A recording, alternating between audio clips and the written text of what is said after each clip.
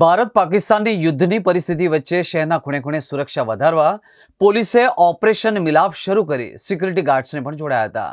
ગોરવા પોલીસે hospital, mall, company સહિતના security incharge સાથે મીટિંગ કરી સૂચનો આપ્યા હતા.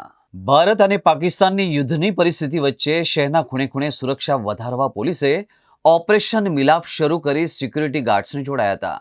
ગોરવા પોલીસે હોસ્પિટલ, મોલ, કંપની સહિતના સિક્યુરિટી ઇન્ચાર્જ સાથે એક મીટિંગ કરી સૂચનો પણ આપ્યા હતા.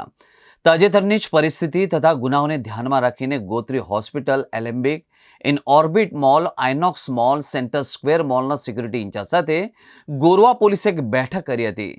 સિક્યુરિટીના સાધનો એક્ટિવ રાખવા સૂચના પણ આપવામાં આવી હતી અને કોઈ પણ ઇનપુટ કે શંકાસ્પદ પ્રવૃત્તિ હોય તો પોલીસનો સંપર્ક કરવાની સમજ પણ આપી હતી.